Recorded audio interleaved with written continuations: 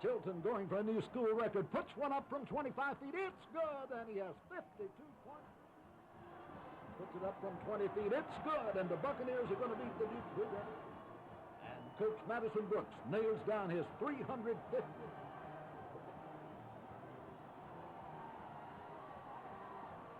Alley-oop, Troy Lee Michael from Mark Quisenberry. Shot rejected by Winfred King. And the Buccaneers take their first ever Southern Conference Tournament champion. What an effort by Mr. Jennings. Another super successful season for the Buccaneer basketball team. Who knows what 1991-92 will bring.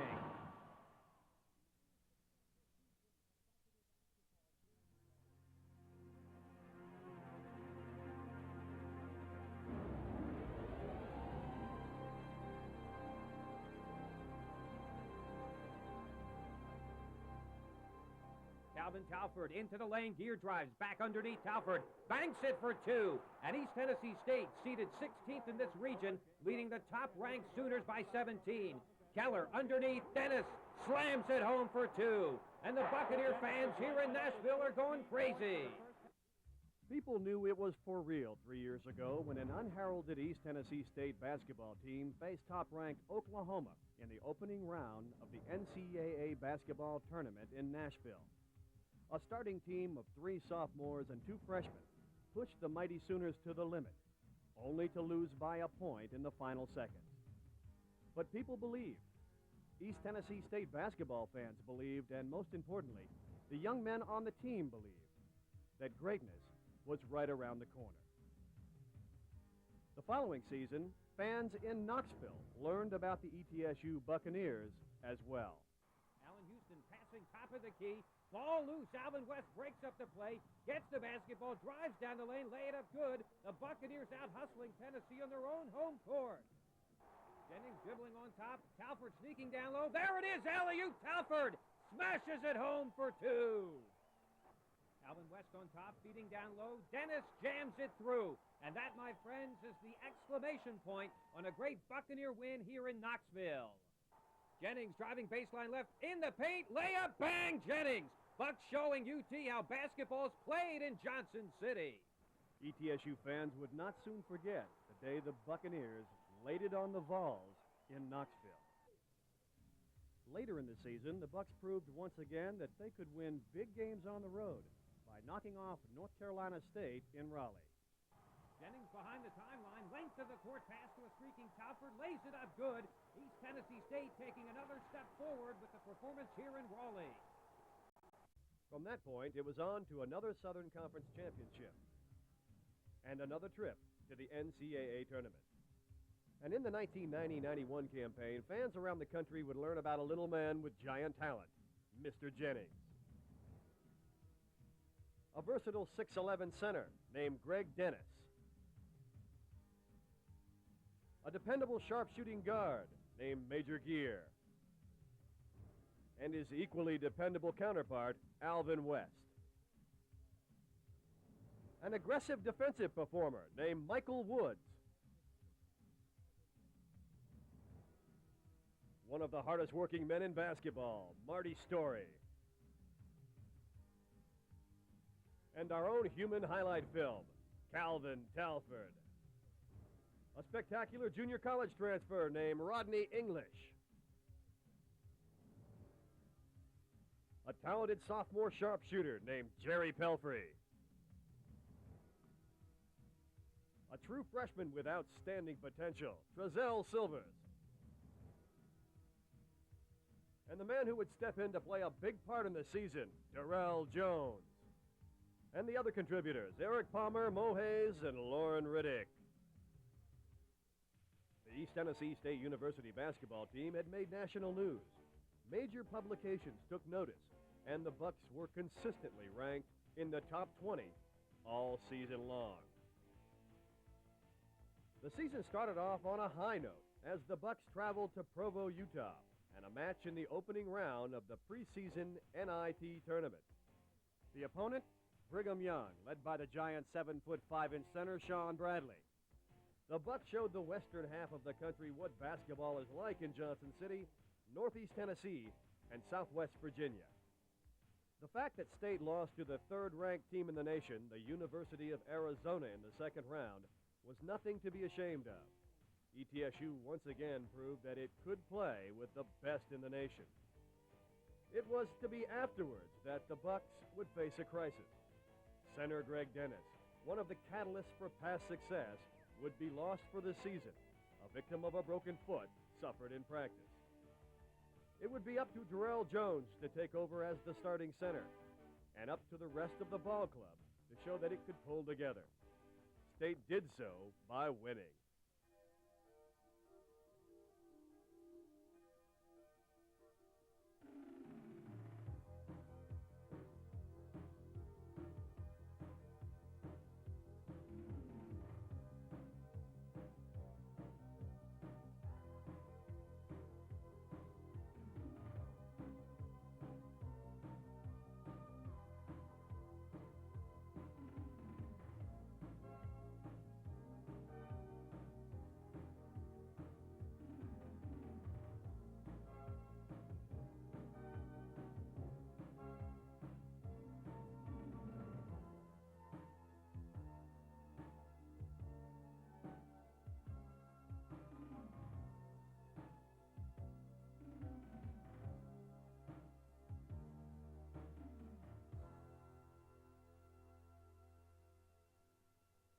A crucial test came in just a few weeks when former coach Les Robinson brought in All-Americans Chris Corciani, Rodney Monroe, and the nationally ranked Wolfpack of North Carolina State.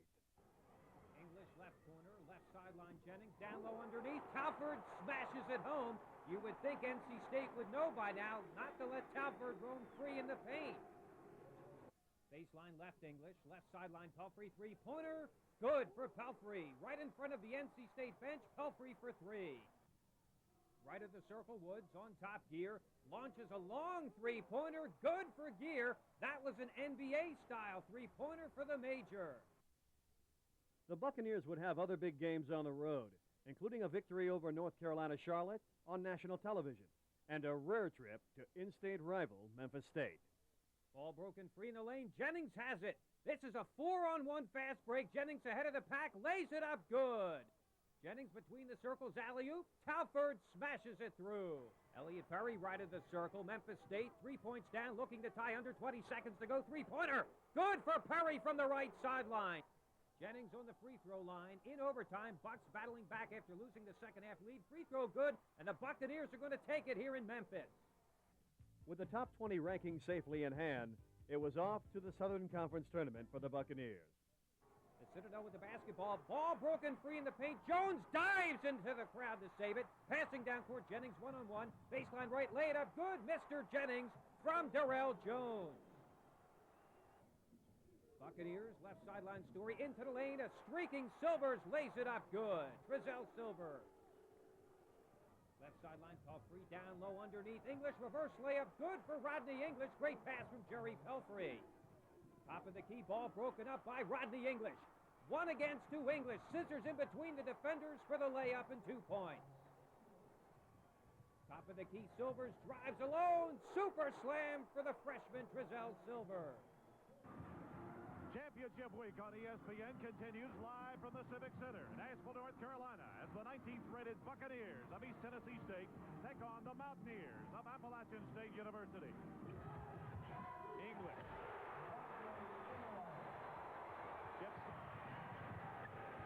The jump.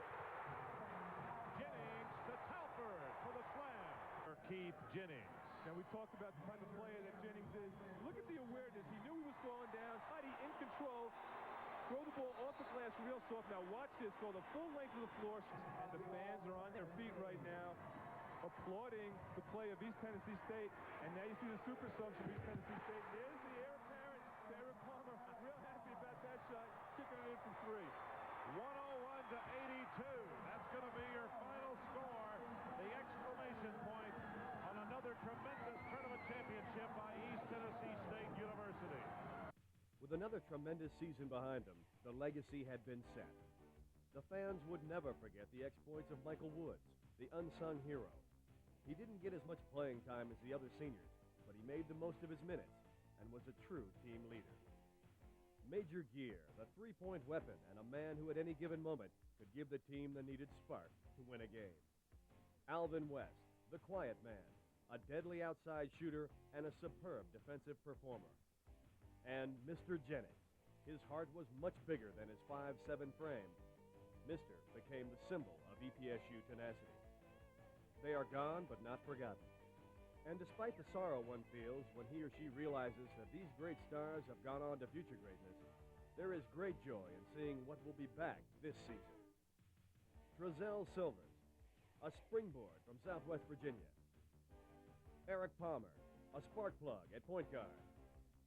Jerry Pelfrey, a hard-working three-point deadeye. Marty Story, the blue-collar worker. Rodney English, the junior college star who proved he had what it takes. Calvin Talford, the flying machine. And Greg Dennis, who returns to take his place amongst college basketball's elite, along with newcomers Damian Hodge, Reese Dudley, Justin McClellan, Leslie Brown, and Jason Niblett. And all led by second-year head coach Alan LeForce. Some may have wondered how the former assistant to the departed Les Robinson would do as the head man, and the concerns heightened after the Dennis injury. Yet any doubts quickly evaporated with a few wins and the assurance that in Alan LeForce, East Tennessee State had the man to lead the program into the 90s. Coach LeForce, together with assistants Grafton Young, Jeff Lebo, Ed Howitt, and John Shulman, proved that ETSU had quality not only on the playing court, but on the coaching sidelines as well. With 3 straight Southern Conference Tournament championship titles, the Bucks are pointing toward a 4th trip to the NCAA. But there are questions to be answered. Will the loss of 4 seniors upset the chemistry of a fine college basketball team? Will Greg Dennis return to the form that made him a force in the Southern Conference? Will they ever replace a guard named Mister? The questions are about to be answered.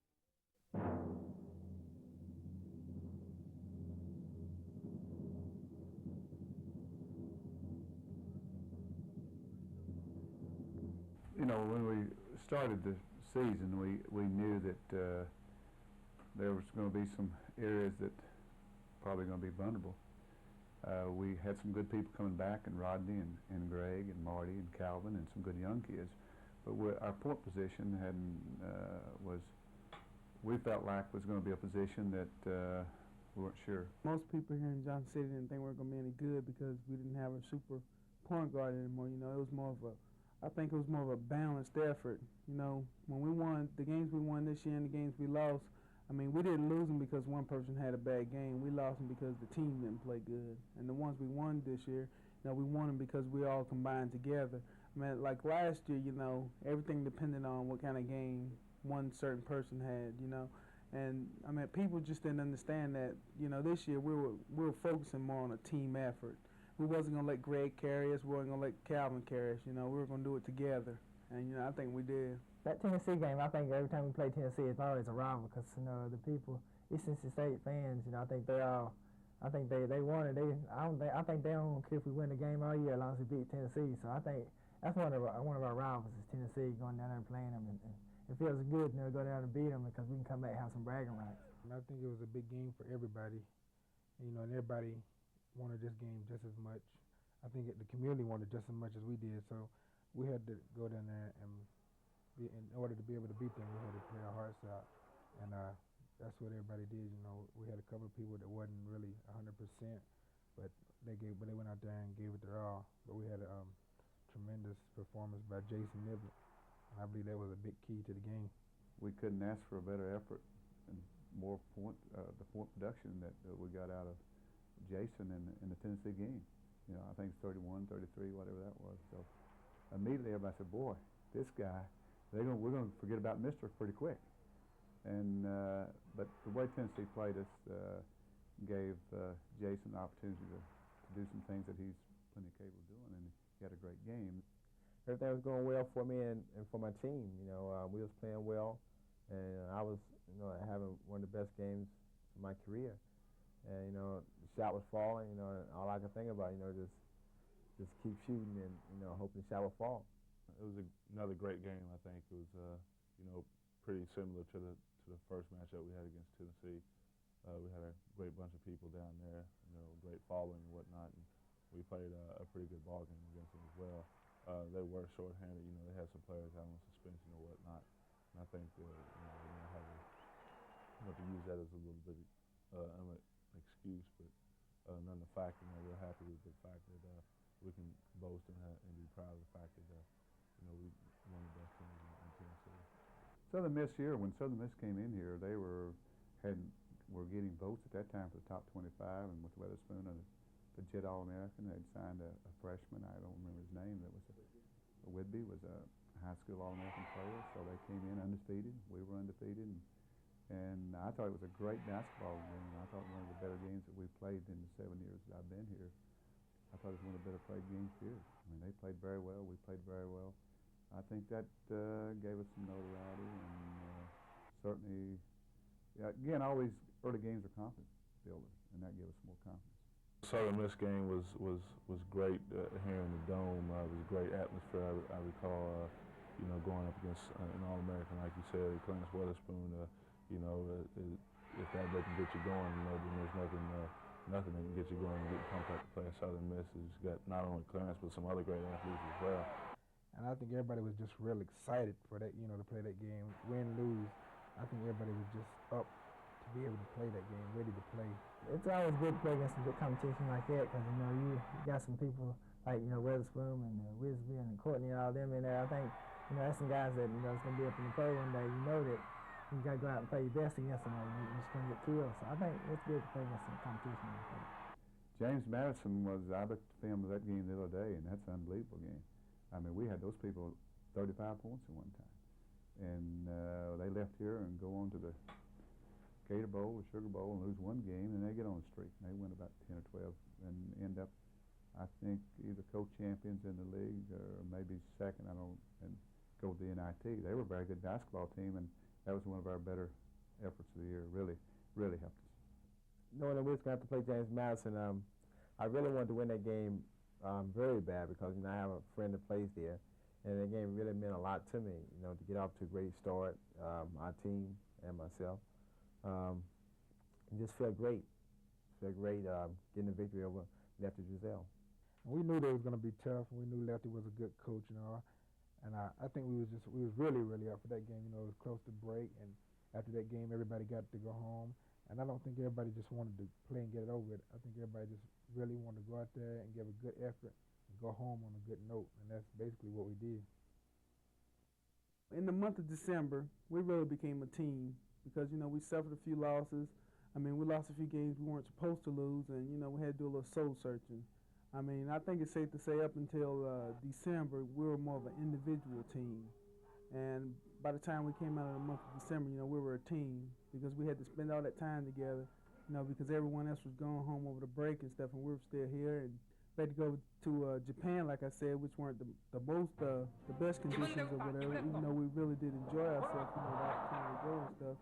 But, we really had to do a lot of soul searching, and, I'm glad that we were able to do it. The mood was, not to panic. We had some veteran ball players, I think, with the ball players started and seniors and whatnot. So we pretty much been through the situation before and knew how to deal with it. You're going to have ups and downs throughout any season. We knew what we were capable of, the talent that we had, and the type of ball club we could have. It was just a matter of putting it together all at one time. We had some guys that were playing together for the first time, as well as trying to get a solid and permanent point guard. We was having some problems in that area as well. We knew what was causing the problems. We just had to do what we could to correct them. Xavier was a game that not too many people go into Cincinnati and Xavier and beat them there. If you look at the record, and I don't remember exactly what it was, but the number of losses they had there in the last 10 years, you can 8 or 10, something of that nature, and go in there and a gritty performance. I thought we hung tough. We didn't play all that well, didn't shoot the ball that well, but we played very gutty. I was very proud of our basketball team. I think that helped us mature and become more of a physical team. I mean, we realized that because they were so big and physical, they just dumped us around in there like we were a ping pong ball, but we hung in there and it really helped us. I felt like, in a way, it was a big help instead of hurting us. It might have hurt as far as ever getting up in the pole, as far as Here comes English. as far as opening up our eyes and making us realize that we had to play ball and we just couldn't show up. You know, in the past few years we've been pretty good team. So I think that made us open our eyes and just really know that we had to get after it to beat people. He's undefeated this year. We're not in a good frame of mind. We know we're a good basketball team, but we're lacking something. We just don't have the confidence at that time or the spark or whatever. I think again that at that time we hadn't settled on a point guard. You know, we didn't settle on a point guard until probably the middle of January, and we were still sputtering, still trying to find our identity as a basketball team. And we go there and lose, and then we come home and go to Furman and have a great win.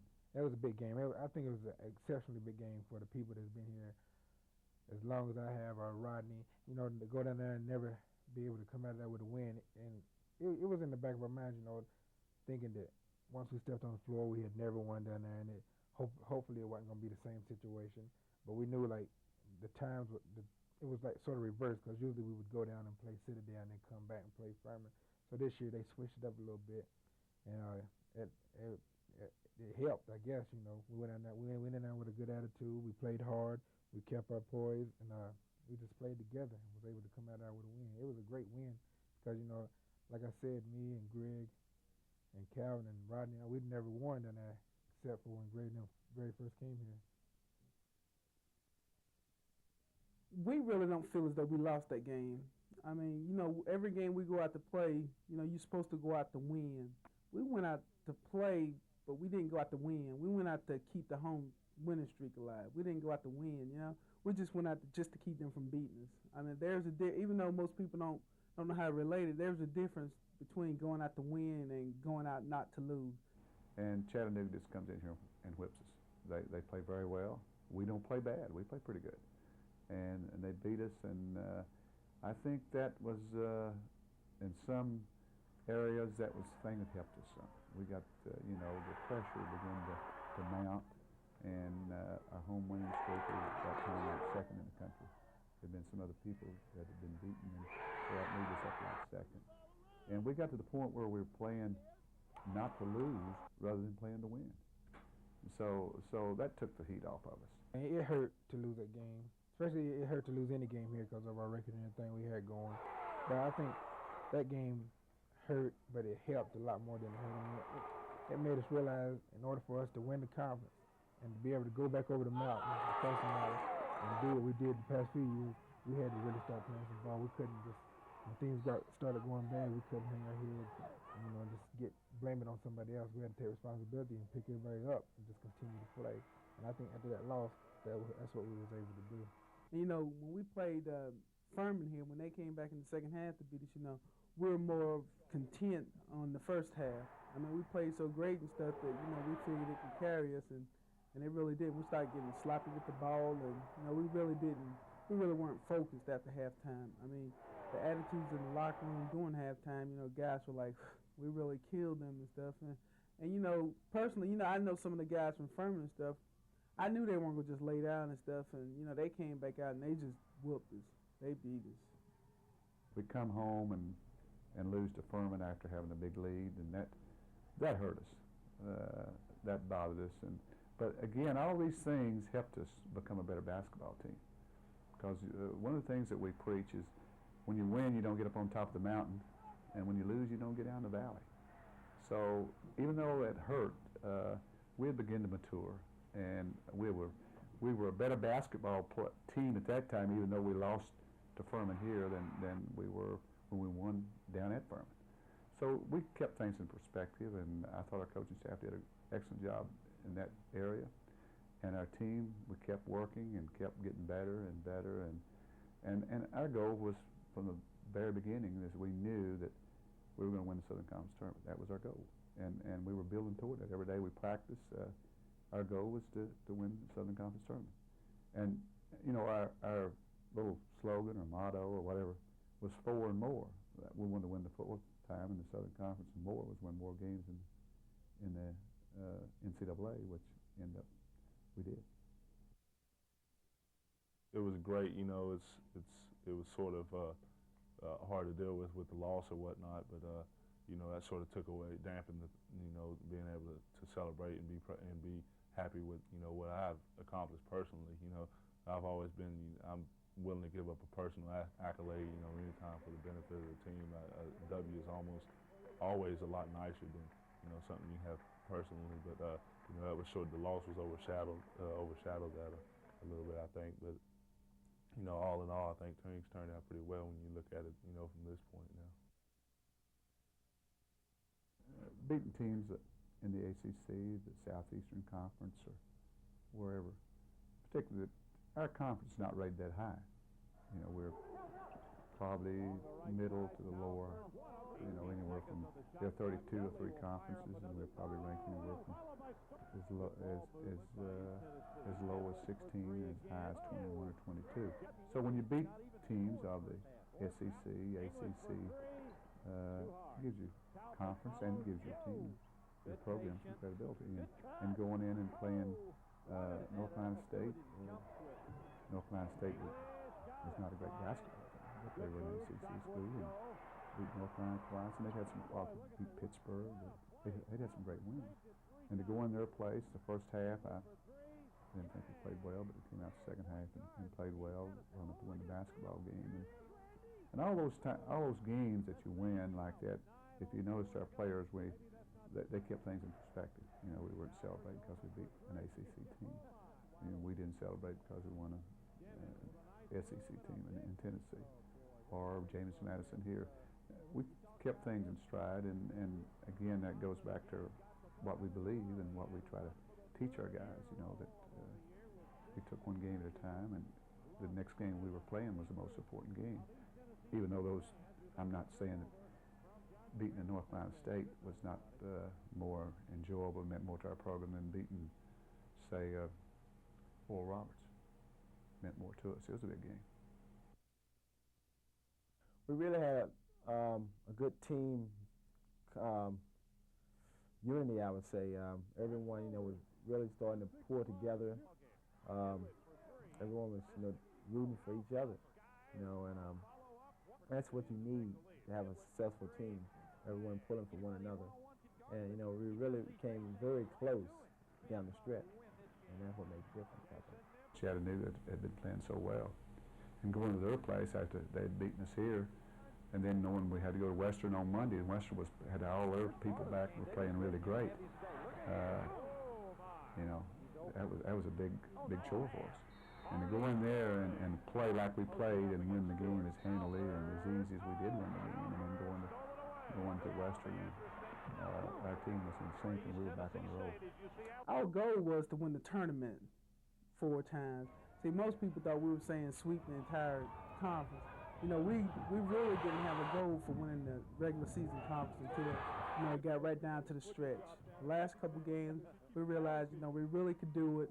I mean, we could do it without having to depend on anybody else. And that's when we really start setting our focus on that. Rick Baker, we kind of got together and we stayed in the training room probably 3 days, 3 times a day. So I think that helped a lot for us. We just getting back on it the next day and start working it out just a little bit, just gradually getting it back together. So I think that really helped me as far as, you know, not letting me just rest. And he kind of got me back in there the next day and just, you know, started doing some motions without weights and then got back on weights. And he had me ready by that Friday coming up. Well, I remember going over on the bus on a Friday afternoon, and Calvin said, "Coach, I'm going to play tomorrow." And I'm thinking to myself, sure, you're going to play. You know, just scoped on Monday, and you're going to play tomorrow. And he said, "I'm going to play." I said, "Well, we'll talk about it in the morning." And I mean, I knew that he didn't want to play. In fact, I already made my mind. So that night, about 10 o'clock, he calls the room and said, "Coach, I'm playing." I said, my knee feels better than it's felt the whole year. I said, "We'll talk about it in the morning, Calvin. I can't make that call anyway. You have to talk to the doctors have to tell us." And then the doctors came in and said, at that time, I really didn't think he was going to play. The doctors came into our dressing room after Calvin had already dressed and gone up and shot, you know, like an hour before the game and came back. And then going out and playing and big shot for us. I mean, just his presence meant so much to us, you know, from the standpoint of confidence. I'm sure that Appalachian prepared all week that Calvin was going to play. And when he came out and played, it was just, they were in shock, and I was in shock, and we just played very well.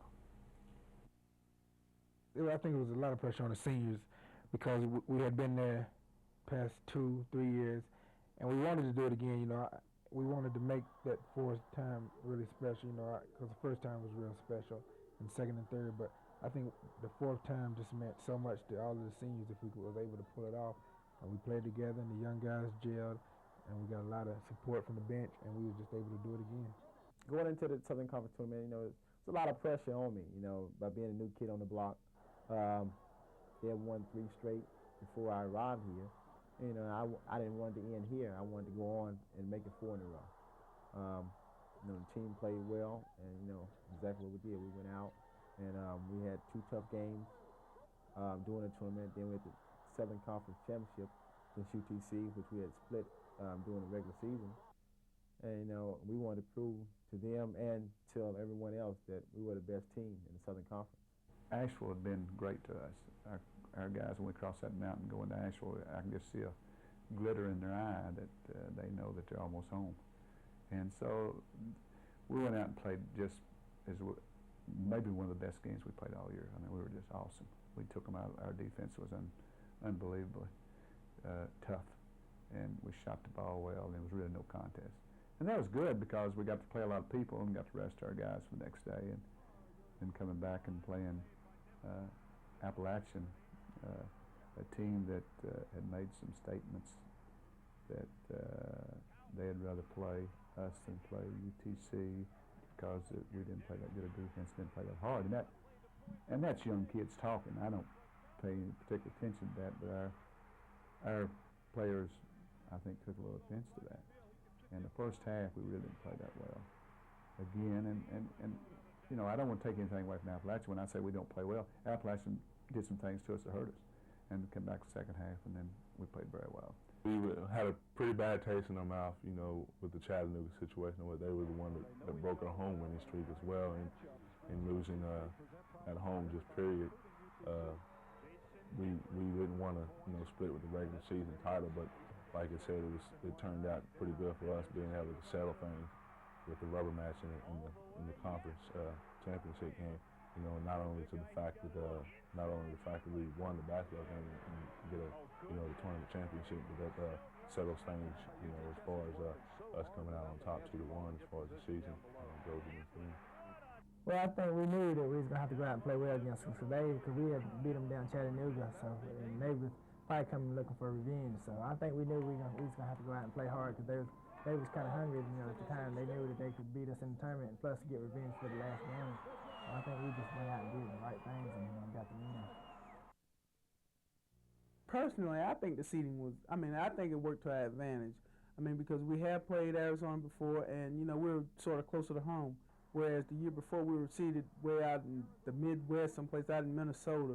Where we had no support and, you know, unfamiliar territory and stuff. And, you know, this year, I think it really helped us because we got the fans to come out and stuff. And, you know, everybody was feeling very positive about it. I felt the closer we was, the better chance we had because I think fan support played a big role for us this year. I think in the past years, you know, it's been great.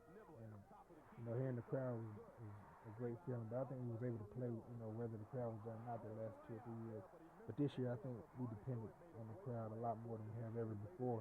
So I felt like the closer we was, the better chance we had winning.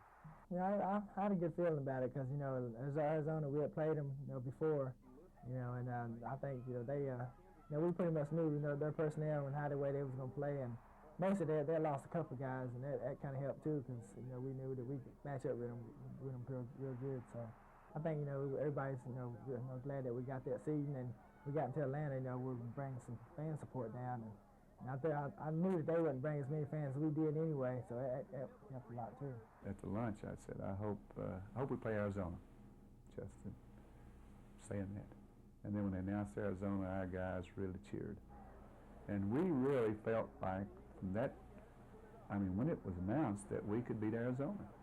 And the reason we felt that way is One, that's the first team we'd played in the NCAA that we'd played in you know, in the regular season or in any other tournament.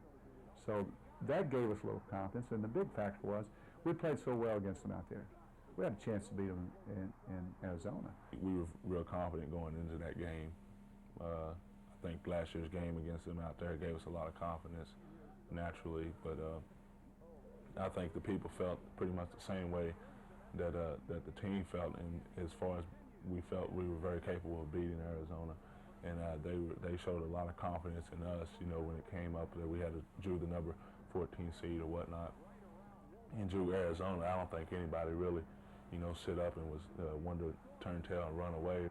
Everybody here on campus, everybody out in the community and stuff, you know, when they walk up to you and stuff, you know, instead of saying, well, y'all got a good shot, you know, everyone was saying, well, yeah, y'all can beat them. You know, you go out and play, and it really helped us out as a team, you know, knowing besides ourselves, knowing that we can beat them. You know, everybody here was behind us and stuff, and so we just went out and played real hard. We just felt very comfortable. We felt like we had a great game plan, and just a matter of going out and executing it.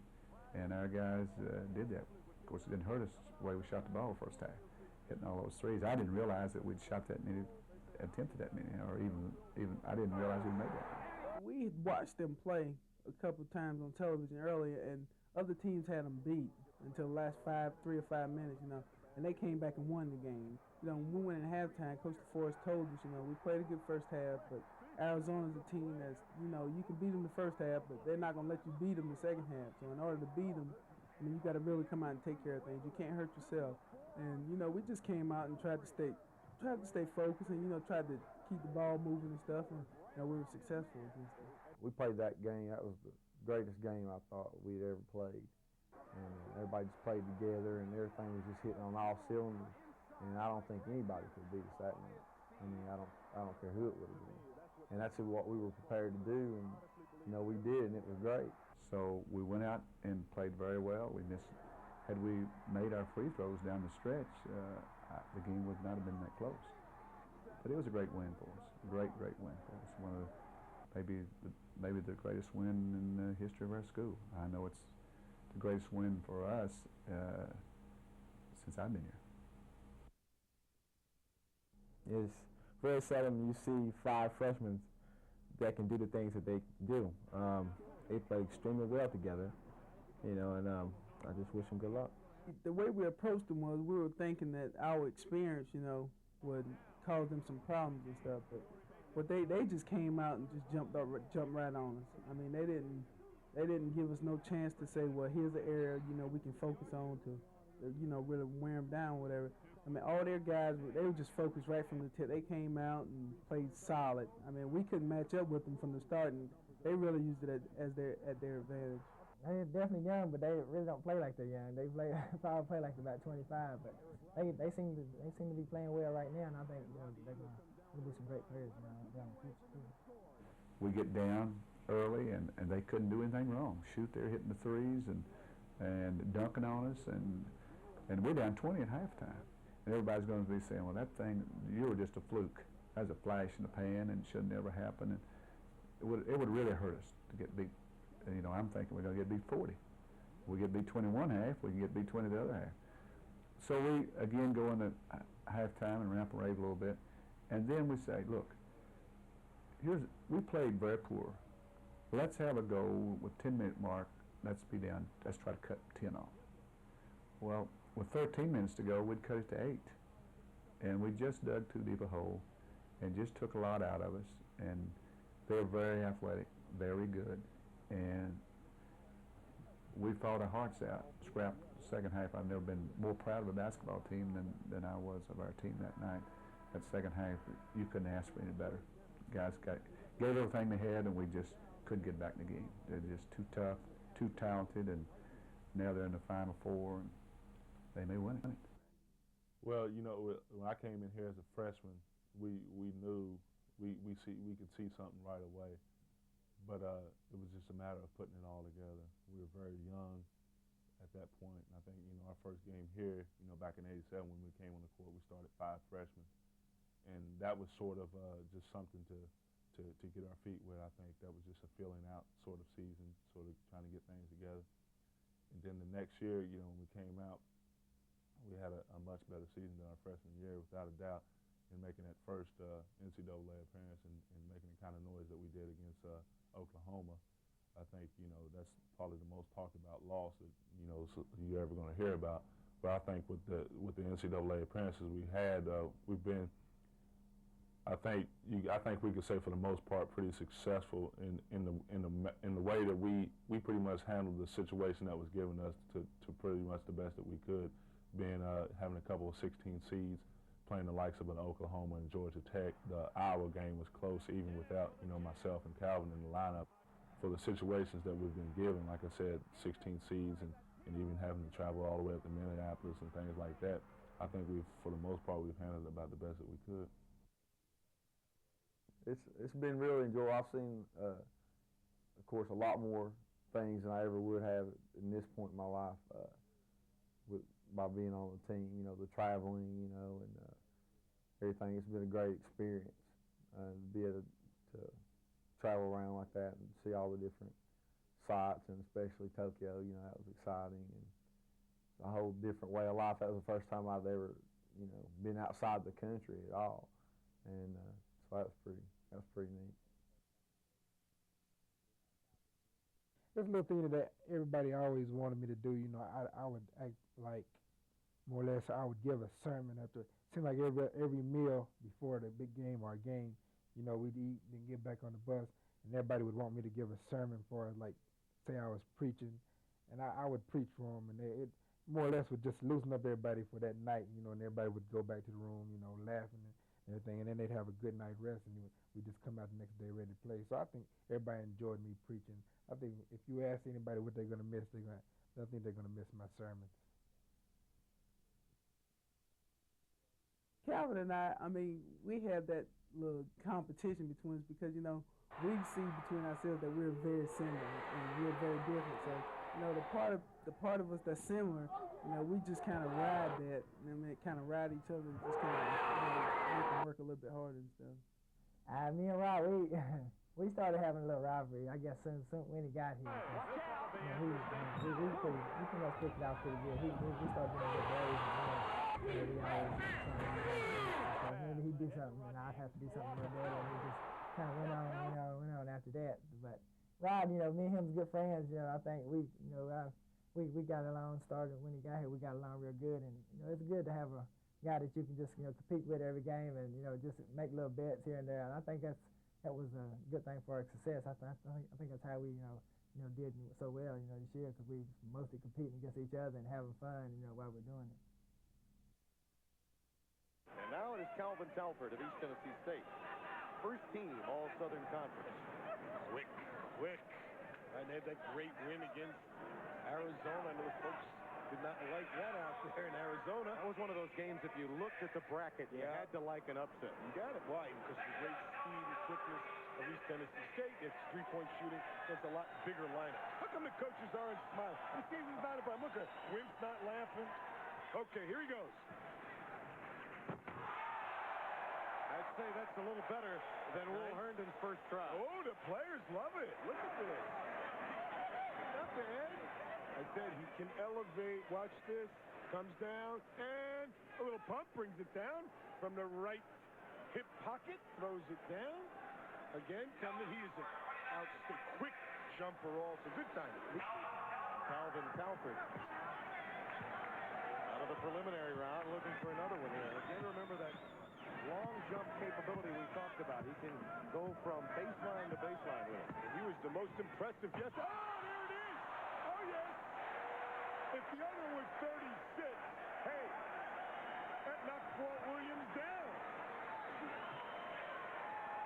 Oh, yeah, the Wizards from Maryland right down in his back. Watch this. See the time. Watch it. Oh, spread the legs over the head. The no look. Give me some attitude. Give me some attitude. Sell it. You got to sell it. Oh. It's a dead giveaway when the judges go to their tote board quickly. That's right. I mean, they knew. Either way. It's a dead giveaway. You'll love the behavior.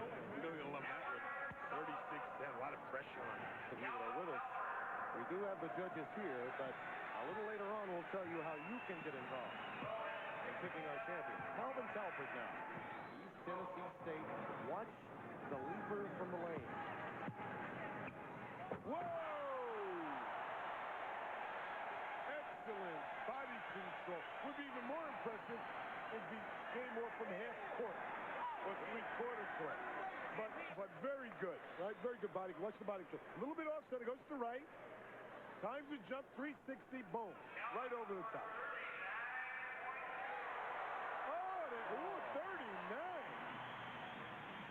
My man Calvin. Going to jump up from third, didn't he? Yeah, he is. I understand why he's the favorite.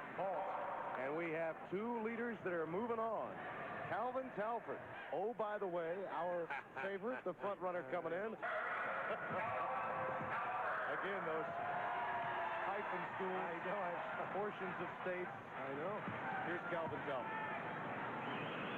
Only get two alternating dunks. Oh, yeah! Oh, yes! Calvin! Yes, Calvin Talford! Oh, ho, ho! Oh, did he elevate? Oh, that's a 10. Give me a 10. You got to get a 10 here. What's this, Timmy? Right, great timing. Up. Oh, my goodness. It's a windmill. It's a timing dunk. It's a clutch right there, and then a windmill. One hand. Oh, He sold that one a little more than usual. Young man from Castlewood, Virginia. Talford's turn one more time.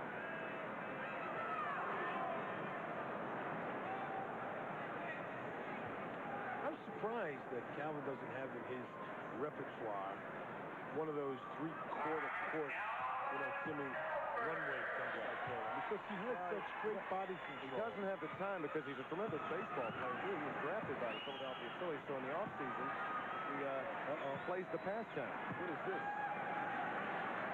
Oh.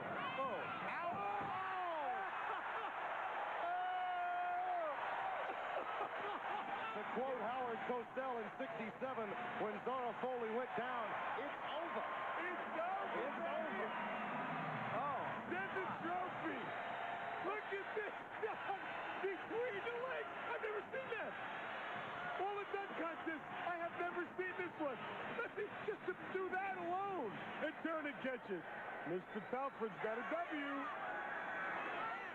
He's animated, and he understands that he may have closed down those 900. So far, the tabulation looks this way. Talford. Even Mondale got more than 11%.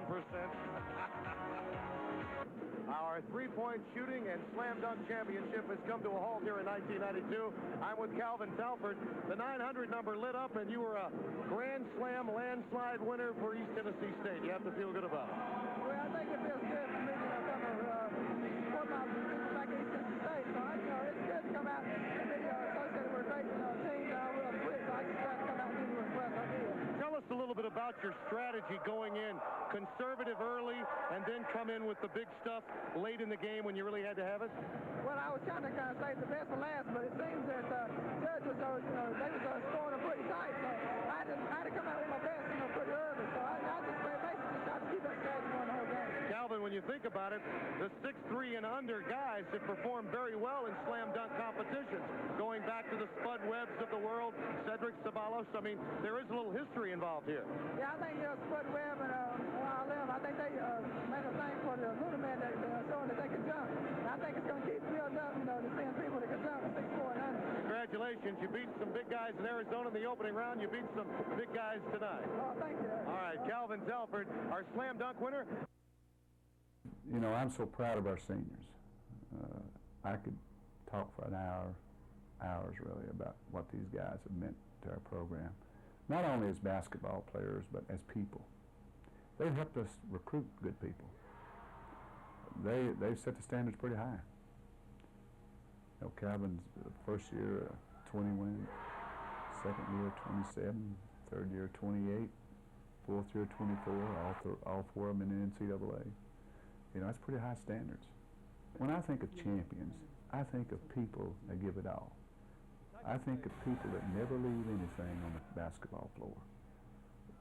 Never, and one of the things we don't want to do we don't come back to the locker room as a coach or as a player with any guilt feelings of not of our preparation, of our being cowards, giving up. And a champion is a guy that prepares himself every day. And I think our seniors exemplified that to the fullest. And the young men that we have in our program will carry on that tradition. People, they don't know. You know, say, has East Tennessee lost all their players? Well, no, East Tennessee hasn't lost all their players. They lost some great ones. But we got some fine ones coming along, and we have a lot of pride. We have our program is to the magnitude where our guys work very hard all the time. Now that going 12 months a year, they want to sustain and keep what we got and perhaps go another run higher if we can. And so we're not in bad shape. Our cupboard is far from being empty.